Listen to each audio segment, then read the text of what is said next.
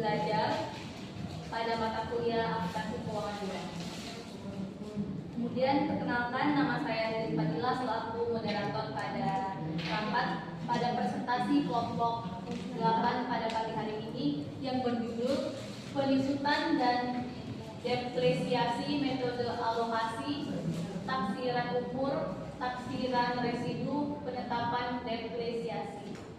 Kemudian untuk penjelasan pertama akan dijelaskan oleh Vera. Baik teman-teman semuanya, sebelumnya perkenalkan nama saya Siti Terawati. Di sini saya akan mempresentasikan apa itu pengertian penyusutan dan depresiasi. Penyusutan adalah alokasi jumlah biaya aset tetap yang dapat disusutkan sepanjang masa manfaatnya. Sedangkan depresiasi penyusutan pada benda alami yang tidak dapat diperbaharui seperti sumber daya alam. Nah, metode alokasi penyusutan dan depresiasi ada dua metode. Yang pertama adalah metode garis lurus dan metode saldo menurun. Pada metode garis lurus, metode garis lurus menganggap penyusutan sebagai fungsi waktu dan bukan fungsi penggunaan. Perusahaan banyak menggunakan metode ini karena kesederhanaannya. Prosedur garis lurus seringkali paling tepat secara konsep juga. Dengan rumus, beban penyusutan sama dengan harga perolehan dikurang nilai sisa atau residu dibagi umur ekonomis. Kemudian ada metode saldo menurun. Metode penurunan saldo menggunakan tingkat depresiasi atau dinyatakan sebagai persentase dan perusahaan menerapkan kurs konstan dan nilai buku yang menurun setiap tahun. Dengan rumus, beban penyusutan sama dengan nilai buku awal tahun dikali tarif saldo menurun. Selanjutnya materi kedua akan dijelaskan oleh Sri Lestari. Dona.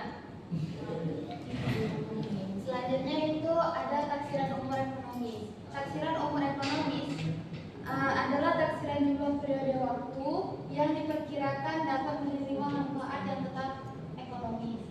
Terus juga ada taksiran residu. Taksiran nilai residu adalah jumlah rupiah yang diharapkan dapat direalisasikan pada saat aktiva tetap diberhentikan. Selisih antara biaya dan taksiran nilai residu merupakan biaya yang akan disusut. Selanjutnya penetapan dasar depresi. Yang pertama itu biaya akuisisi.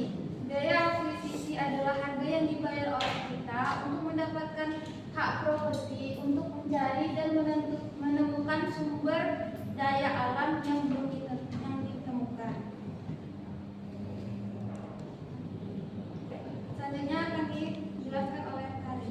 Yang kedua yaitu adalah biaya eksplorasi, yaitu ketika biaya eksplorasi sangat besar, beberapa perusahaan mengkapitalisasi mereka ke dalam bisnis penipisan dalam industri minyak dan gas, di mana biaya untuk menemukan sumber daya itu signifikan dan risiko menemukan sumber daya itu sangat tidak pasti. Sebagian besar perusahaan membebankan biaya ini. Yang ketiga yaitu adalah biaya pengembangan. Perusahaan membagi biaya pengembangan menjadi dua bagian. Yang pertama ada biaya perawatan berwujud, dan yang kedua itu ada biaya pengembangan tidak berwujud. Biaya perawatan berwujud mencakup semua transportasi dan alat berat lainnya yang diperlukan untuk mengekstraksi sumber daya dan menyiapkan untuk pasar. Karena perusahaan dapat memindahkan alat berat dari satu lokasi penggalian ke yang lain. Perusahaan biasanya tidak memasukkan biaya perawatan berwujud dalam basis penipisan. Sebagai gantinya, mereka menggunakan biaya penyusutan terpisah untuk mengalokasikan biaya perawatan tersebut. Di sisi lain, biaya pengembangan tidak berwujud adalah barang-barang seperti biaya pengeboran, terowongan, poros, dan sumur. Biaya-biaya ini tidak memiliki karakteristik nyata, tetapi diperlukan untuk produksi sumber daya alam. Biaya pengembangan tidak berwujud dianggap sebagai bagian dari dasar penipisan. Yang keempat yaitu adalah biaya pemulihan. Perusahaan terkadang mengeluarkan biaya besar untuk memulihkan properti ke dalam alami setelah ekstraksi terjadi. Ini adalah biaya pemulihan. Perusahaan menganggap biaya pemulihan bagian dari dasar penyisisan. Jumlah yang termasuk dalam basis deflasi adalah nilai wajar dari kewajiban untuk mengembalikan properti setelah ekstraksi. Baiklah, selanjutnya kita masuk ke sesi tanya jawab yang akan dibahas oleh kelompok 7. Silakan.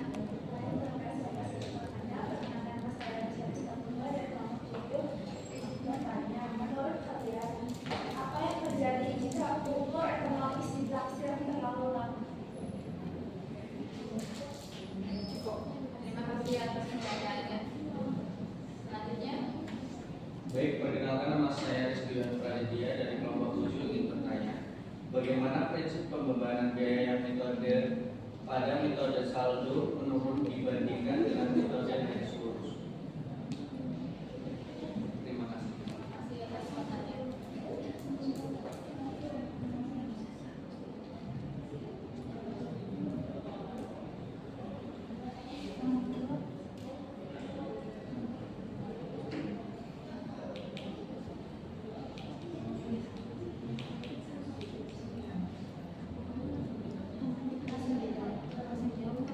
Baiklah, untuk pertanyaan pertama akan dijawab oleh Tera.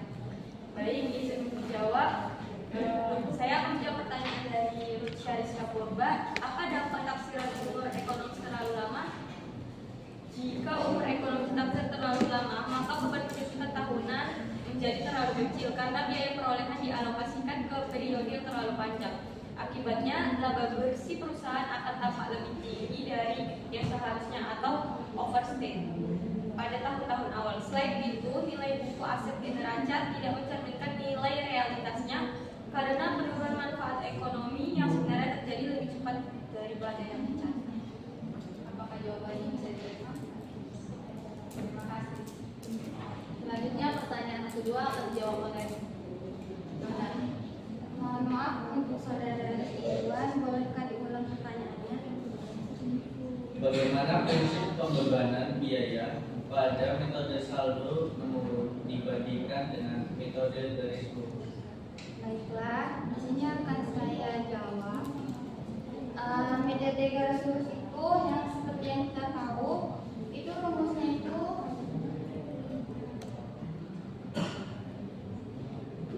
penyusutan sama dengan harga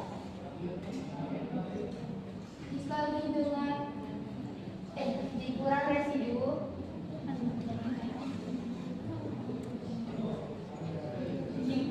dibagi dengan umur. Contohnya itu kelihatan tidak? Kelihatan. Contoh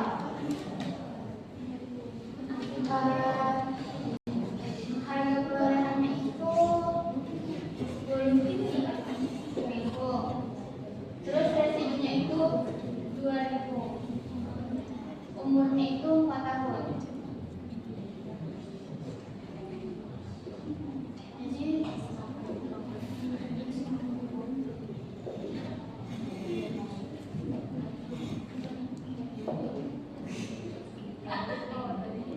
Jadi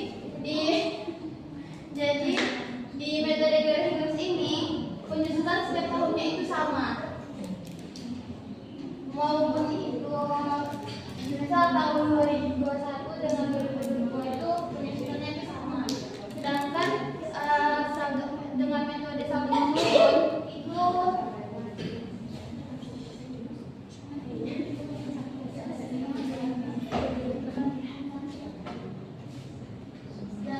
menurun itu rumusnya itu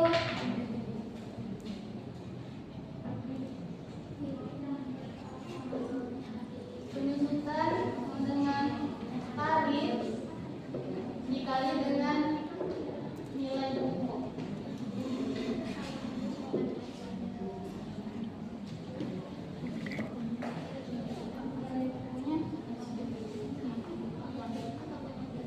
Contohnya seperti nilai buku awalnya itu 10.000,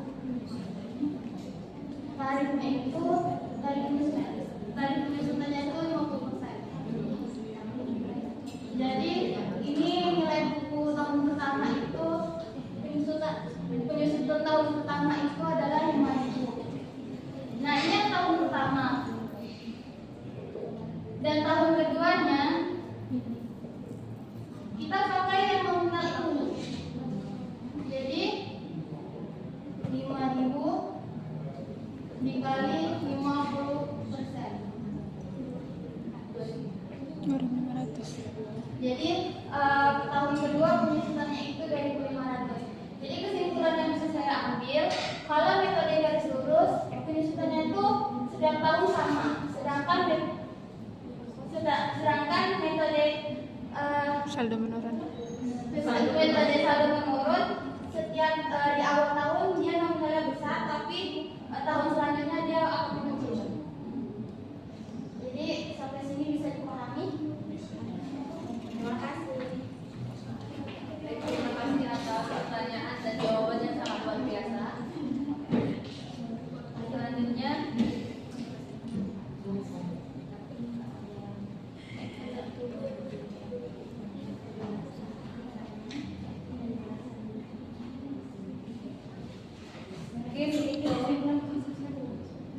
mungkin saya akan bacakan kesimpulan dari presentasi kelompok 8. Kesimpulannya,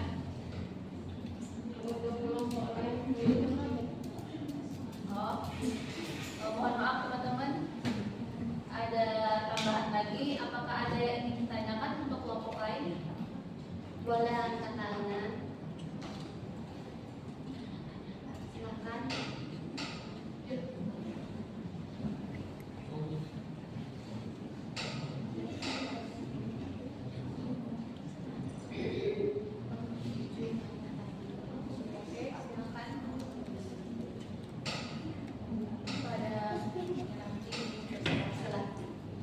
Perkenalkan, nama saya Miranti dari kelompok 4. Izin bertanya. Nah, jika sebuah alat dari satu lokasi berpindah ke lokasi yang lainnya, mengapa biaya yang tidak boleh masuk ke basis depresiasi lokasi dan bagaimana penyusunannya itu dihitung kalau dari perpindahan tersebut? Terima kasih. Terima kasih atas pertanyaannya. Beri kami waktu untuk menjawab.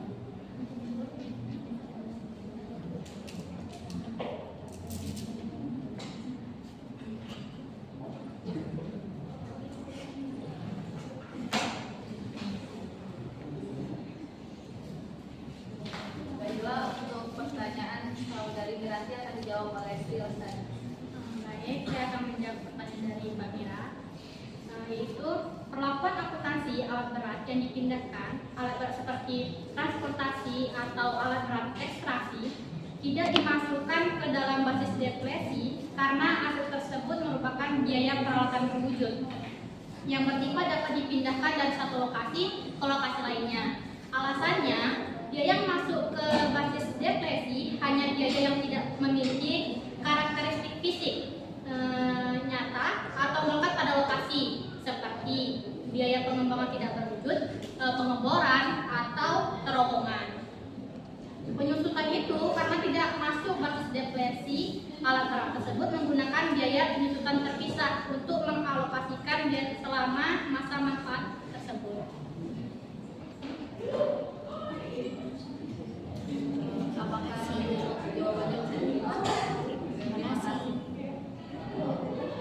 Baik, terima kasih atas pertanyaan dan jawaban dari teman-teman yang luar biasa ini. Kemudian di sini saya akan membaca kesimpulan dari presentasi kelompok 8. Kesimpulannya, penyusutan dan depresi yang merupakan metode akuntansi untuk mengalokasikan biaya aset selama masa manfaatnya.